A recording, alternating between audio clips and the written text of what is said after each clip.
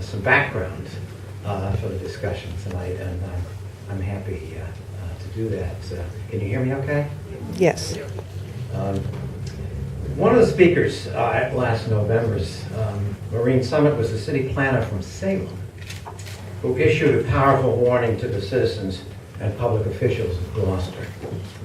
Gloucester's waterfront has everything we've lost in Salem.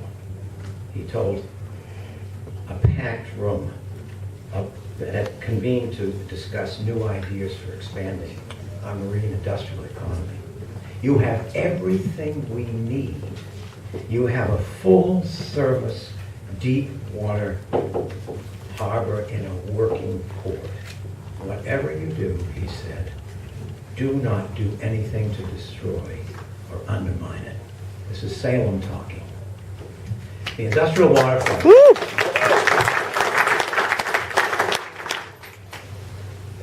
The industrial waterfront is the defining characteristic of the city we love and cherish. It's an engine that drives a significant part of our economy and brings people to Gloucester from all over the world. Visitors who are fascinated by the work that goes on here and by the beauty of the harbor and the city itself. Without a working waterfront, there really is no Gloucester.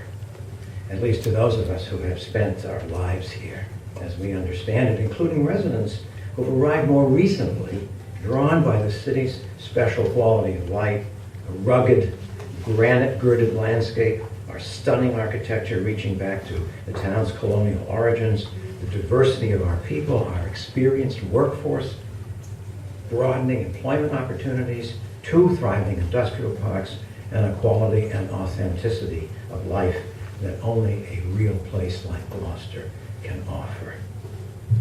Fishing has been a way of life in this town since the Dorchester Company of Puritans landed here in 1623.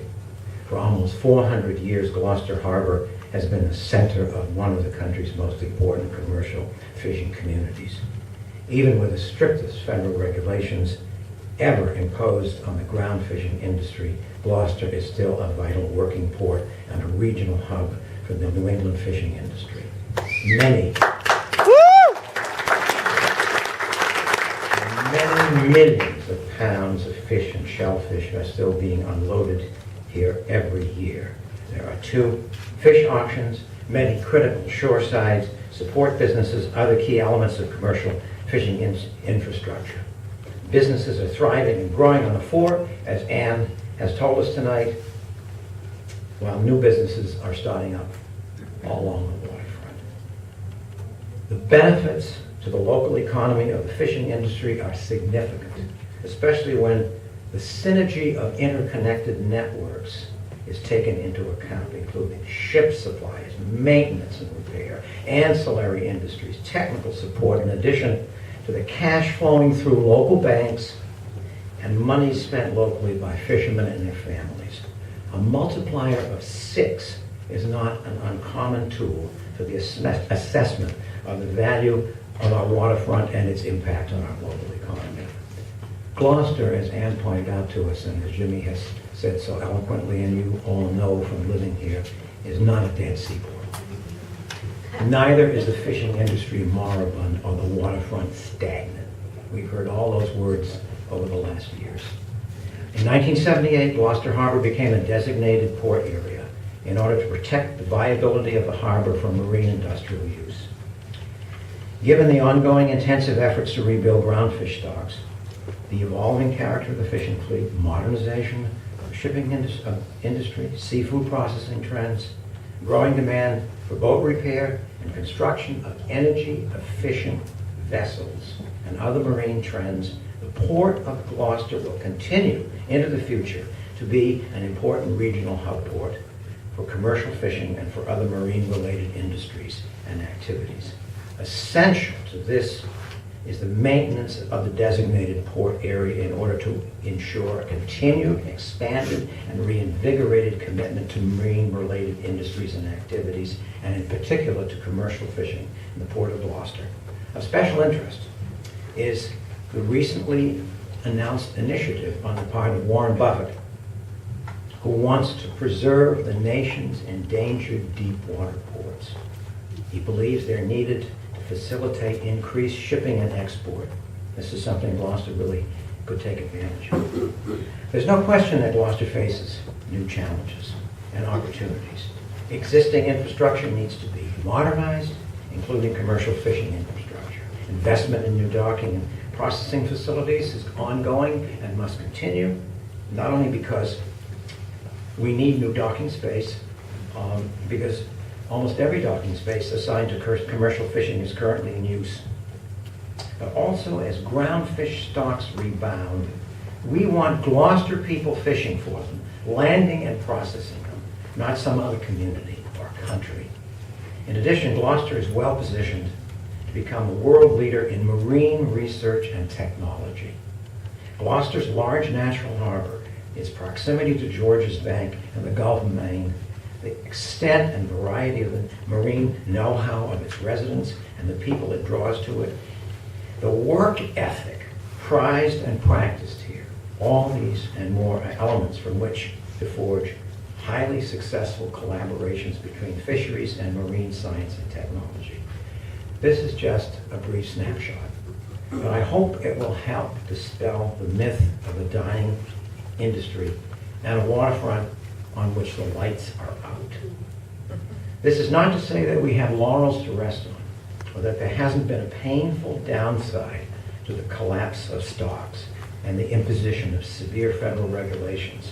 A downside acutely experienced not only by fishermen and their families, but by waterfront property owners and their employees and families.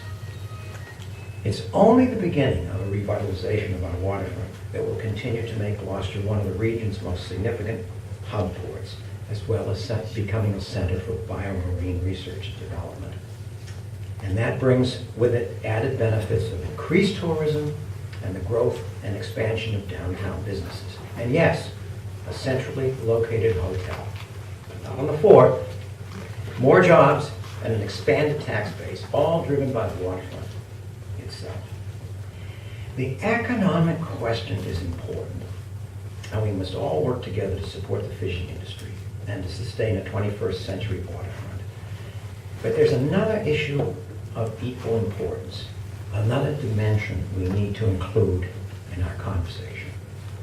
We all live here because of that quality of life I've spoken about.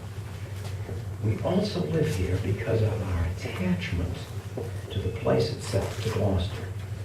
Place is not only where we live, but also where we get our bearings from. Place is who we are and how we feel about ourselves, how we're anchored in the world. Place is our very identity, the geography of our being, as the Gloucester poet and Fort Square resident Charles Olson put it.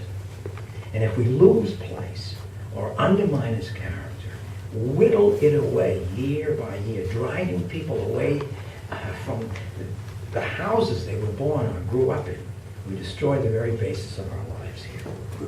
Author Mark Kurlansky, who has traveled the world, warns us in his latest book, The Last Fish Tale, a wonderful book about Gloucester, not to undermine our identity, as he says it, America's oldest fishing port and most original town. Don't go the way of so many fishing ports that sold their souls, Kurlansky says, bartering away their heritage to become resort communities, only to regret it. And point that out. Kurlansky cautions us, don't let tourism with its service economy overwhelm Gloucester's gritty blue-collar marine industrial character. For tourism is only the icing on our economic cake, not the cake itself.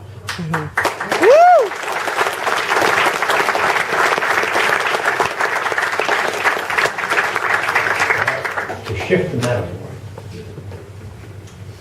the waterfront is the goose that lays the golden egg, that feeds our economy and brings people to Gloucester. Kill the goose, and there'll be no more golden egg. We need people like Mark Kurlansky to write from the outside, just as we needed the essential work of historian Joe Garlow, who documented Gloucester's past, to remind us who we are and what we mean to each other. Because living here, caught up in the stress of daily life, the place often becomes invisible to us. We take Gloucester for granted. Living here daily, knowing each other, working together, even arguing together, we have been given an enormous gift, the gift of community and of the ocean that surrounds and sustains us. Even if we do not fish ourselves, or our families did not follow the sea, living in Gloucester, brought up at the ocean's margins, we all follow the sea. And as the waterfront, which is the very heart and soul of Gloucester, stands or falls, so do we all. Let's commit ourselves to working together to keep our waterfront working. This is not romanticism. It's not a yearning for the past, as some have argued. It's not obstructionism or fear of change. It's who we are and what we are. Lose it, and we lose ourselves and everything else that matters to us. Thank you.